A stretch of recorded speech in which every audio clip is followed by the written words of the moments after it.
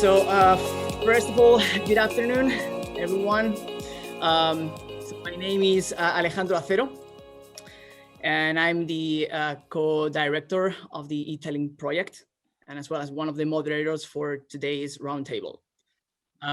We are so very excited that you all have joined us for this symposium, and we are truly looking forward to this afternoon events.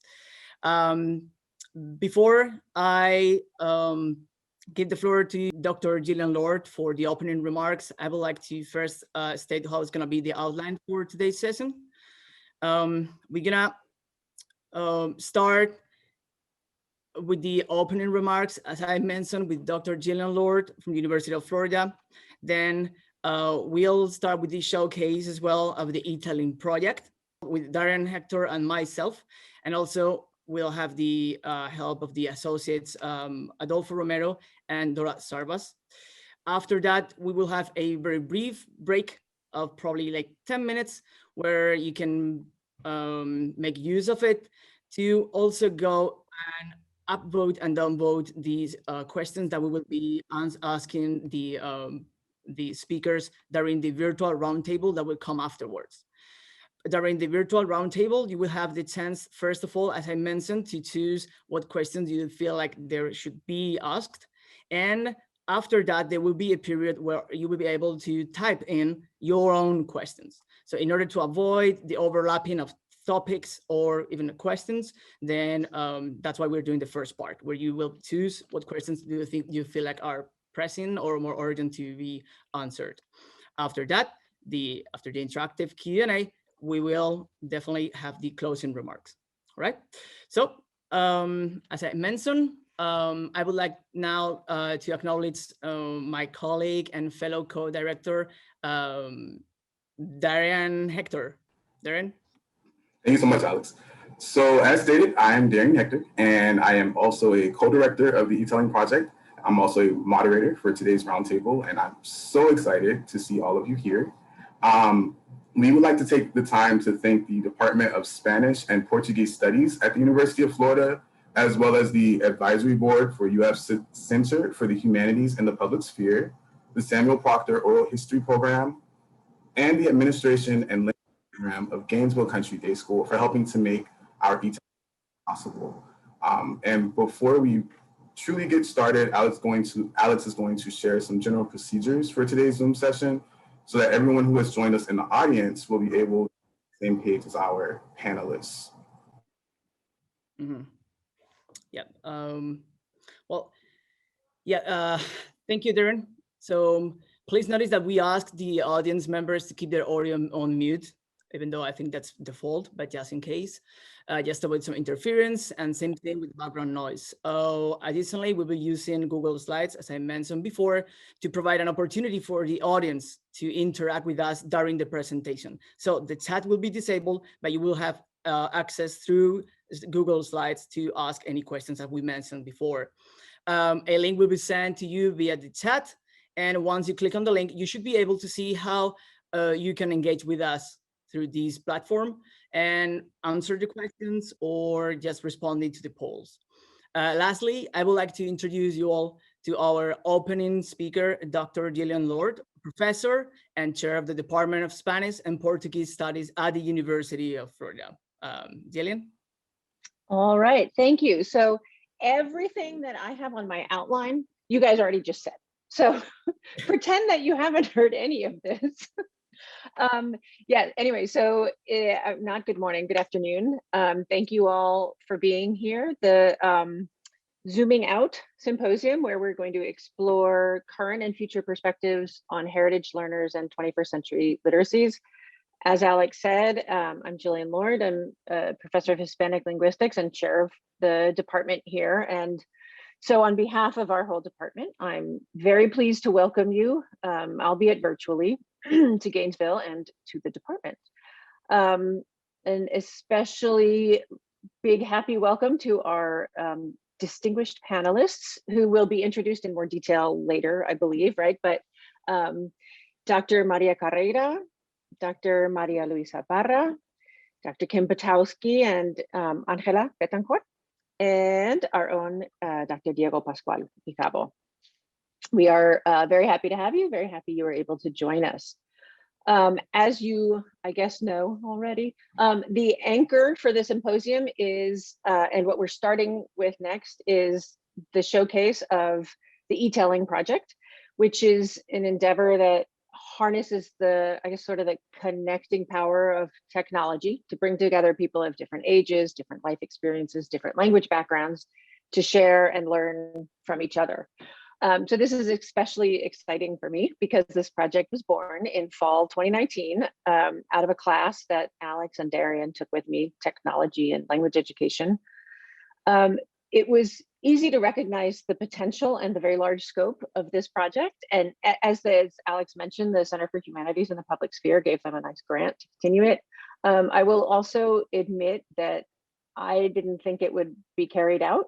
I think I even told you just to write a proposal and to not try to carry it out.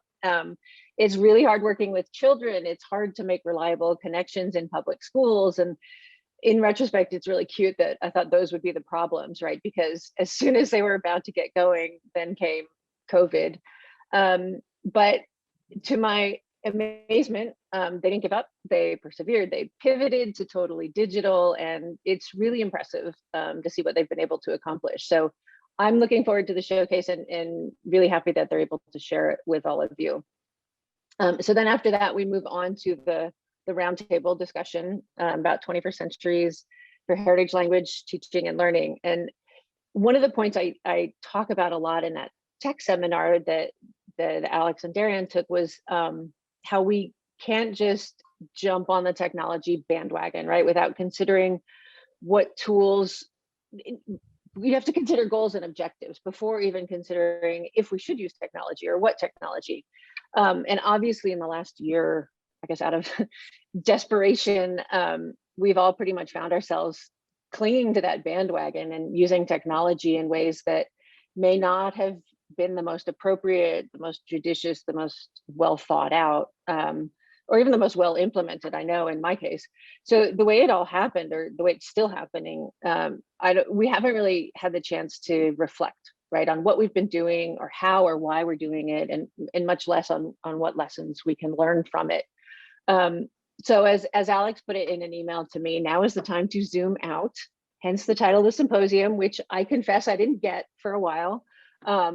So that so we take the step back, we take a deep breath and kind of use our experiences of the last 12 months to consider what we've learned and kind of determine what best practices we can and should take away from all of this. So without further ado, welcome, bienvenidos, and I turn it back over to, I guess, Alex and Darian. And me. Yeah, absolutely. Well, Gillian, thank you so much for the opening remarks and your words. We have to say that we truly felt your support all the time with all this project, and we really appreciate all your advice and, as I mentioned, the support. All right. Okay, so we'll just forget that I was like, no, don't carry it out. We'll pretend that I was like nurturing all along. Yeah, no worries. We will redact that part from the recording, so it's fine. So, well, yeah. So thank you very much, Dr. Lord, for the opening remarks, as I said, and we would like to further elaborate upon the development and implementation of the project that we created, which is called, as you already said, the e-telling project, and we'll find out why.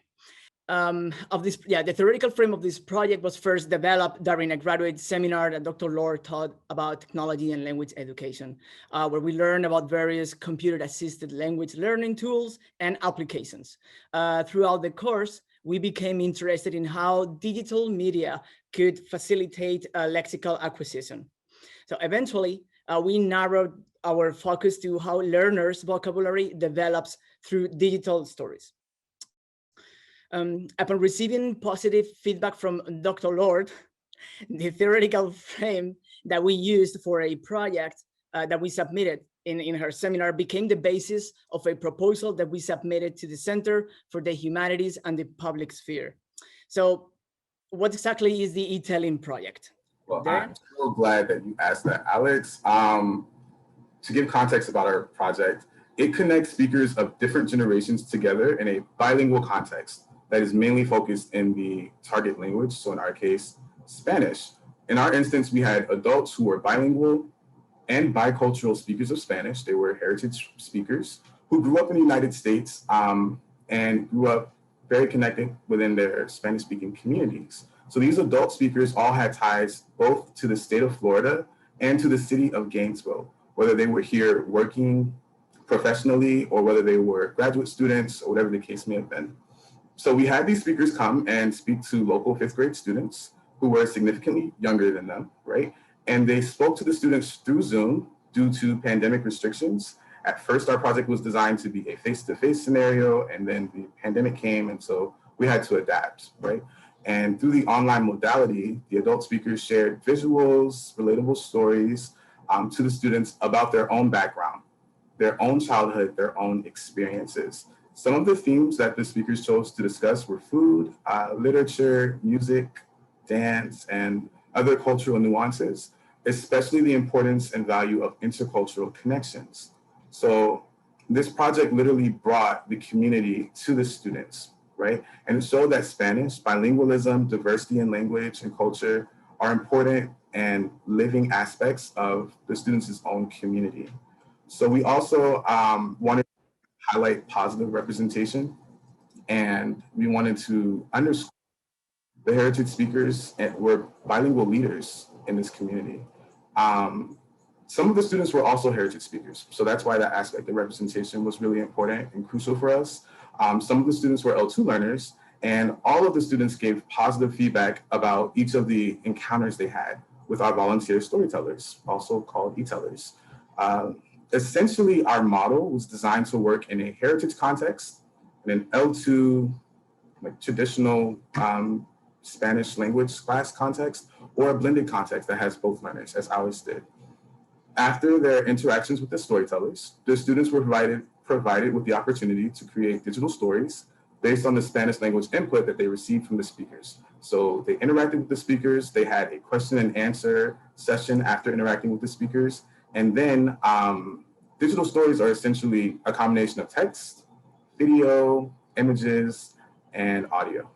And so Alex and I presented more about our methodology and how we approach this project at ACTFL's 2020 virtual convention.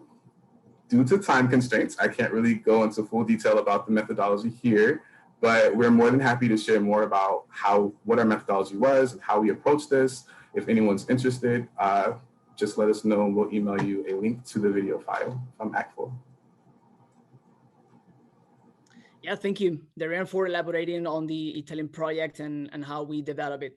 Thank you. Yeah, in addition to presenting at ACTFL 2020, we were also awarded a grant from the Center for the Humanities and the Public Sphere for the proposal that we submitted to carry out the project. We also raised the interest of the award-winning Samuel Proctor Oral History Program to provide the voices for the storytellers. For example, we have today, according to the timeline, Adolfho Romero, that unfortunately was not able to stay with us today. But Adolfo Romero was the coordinator for the Latinx diaspora in the Americas project, and he became so heavily invested in the project that he wanted to be the first to serve in as e-teller in this project.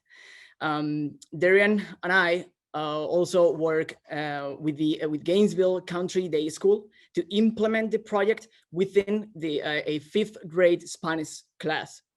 We met with administration and discussed the social, linguistic, and pedagogical benefits of the project, and they welcome us into the school and graciously allow us to work with the students.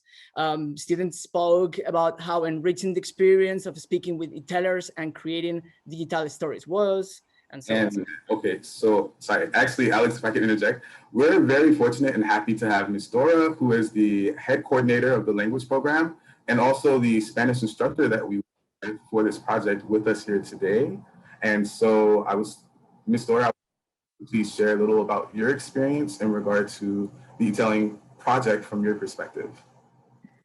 Yes, of course. Hi again, everybody. Alejandro, Darian, it's very nice to see you again. Thank you for having me, and I really appreciate your work that you did with this project, truly. It was a pleasure working with you. I would like to share with you and with everybody else, thank you for being here, how the project was received by my students and myself as their Spanish teacher and instructor in this time. As a Spanish teacher, I often find challenging real-world content that is appealing and useful nowadays to my students. So we had, sometimes we have a very limited time during the week to teach the language. And sometimes it's really difficult to find time to cover one of the most important one of the most important components of their language, learning language process, which is the culture, of course. So we have Spanish class with 5th grade every day, but since it's still a challenge for me. So in this hard time, especially that we are facing right now due to the pandemic, the e-telling project was an excellent way to bring to my students the social cultural component and also the human contact that my kids needed in the language class without losing the linguistic rigor, because we all use Spanish, of course. So it was really important for me as a teacher. The students and I were really looking forward to enjoying our e-telling sessions. I can tell every week by week, listening to so many great storytellers, also called e-tellers. And my students were really excited to meet with them every Thursday. This was the day that we had with the e-tellers. So it was Thursday, it was the last day.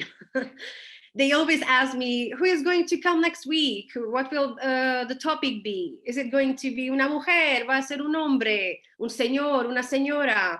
¿De dónde es? Once I had a student also telling me that she was upset, and I asked why. She said, because I would miss school on that Thursday. So I was just wondering, Miss Dora, if you can send me something. I said, no, it's going to be live, so I cannot do that. But she was so upset to lose that session with our e-teller. So the student had, how it worked, the student had a notebook. I bought them some notebooks because I wanted them to use a notebook separately to write the notes just from the e-teller, on that day. So they had a notebook to take notes while the presentations took place. And on Fridays, we had to work, we could work on their digital stories. Every student really enjoyed that session, creating their stories on their laptops. We all know how the technology is really important right now for everybody, and especially for my kids. So they really enjoyed that time using the laptop, creating the iMovie. They really loved it. They created content based on the notes they took from the e-telling testimonies. So the e-tellers, they had all the sessions, and just based on their notes, they created their content. And once the visuals were finished, they added the audio by recording themselves, reading their presentations, and of course, todo en español, que era una cosa muy positiva para mí, porque yo he visto que sí que pusieron mucho énfasis en hacerlo, en trabajarlo, en hacer todo en español. Vinieron a preguntarme, Miss Dora, ¿está bien dicho así? No hemos encontrado esta palabra. O sea, I loved it because I could see that they were really into that. They were really making sure that they want to do something nice, something that everybody else can see. Often, even after weeks had passed, they came to me with excitement to tell how they have tried some enchiladas, which was Adolfo's favorite food that his mom made for him or prepared for him, or how they listened to the song of the Señora that Daniel interviewed, which was, of course, we all know it was Celia Cruz, nada menos, ¿no? And por ellos va a ser la señora que lo vi. And okay, it's Celia Cruz. We all know that, but they were, oh, I went home and we listened to them. It was so nice. She moves so good. Oh, I love the rhythm. So it was so fascinating for me, but it wasn't just that day, but the day after, they all continued to look up for all the information that they heard and listened in, of course, on the Thursday.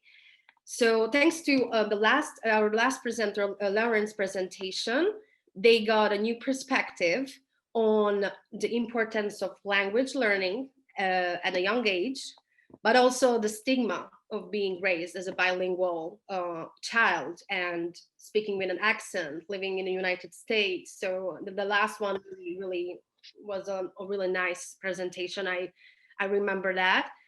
And they were deeply impressed to hear the e-tellers telling their story fully in Spanish, and after being able to switch to English when they needed to answer some follow-up questions. And I can tell that for some of them, this was really the first time they met a bilingual person. After this experience, they asked me if they would be able to do the same thing at the end of the semester. So this interaction with the e-tellers, I could see that moved something inside them, fueling their desire and motivation to learn. And again, I can just tell that I was really happy to see what this project could give to my students. And this was an experience that neither my kids and neither Gainesville Country Day School will forget. So thank you for your hard work again. And hopefully this project can go further and be implemented in other schools as well. Thank you. Thank you, Dora, for your testimony as well. Darian, I think. Sorry, I was just soaking in, and she was talking about how the kids still miss us, and I was just getting a little taken aback.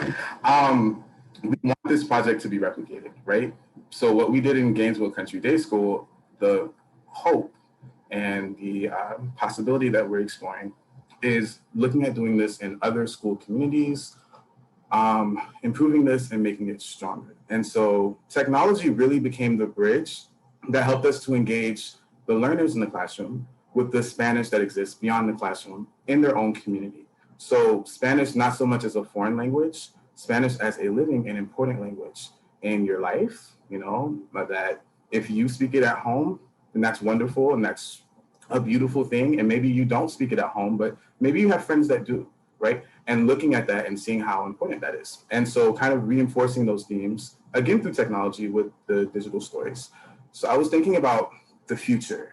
And I was like, you know, as the pandemic restrictions are lifted, we were forced into incorporating Zoom. We always wanted to use the digital stories, but utilizing Zoom actually was helpful in the sense that sometimes because of a commute or because of a potential volunteer not living close to a school, maybe having an option for them to visit a class virtually would make this project more accessible, right?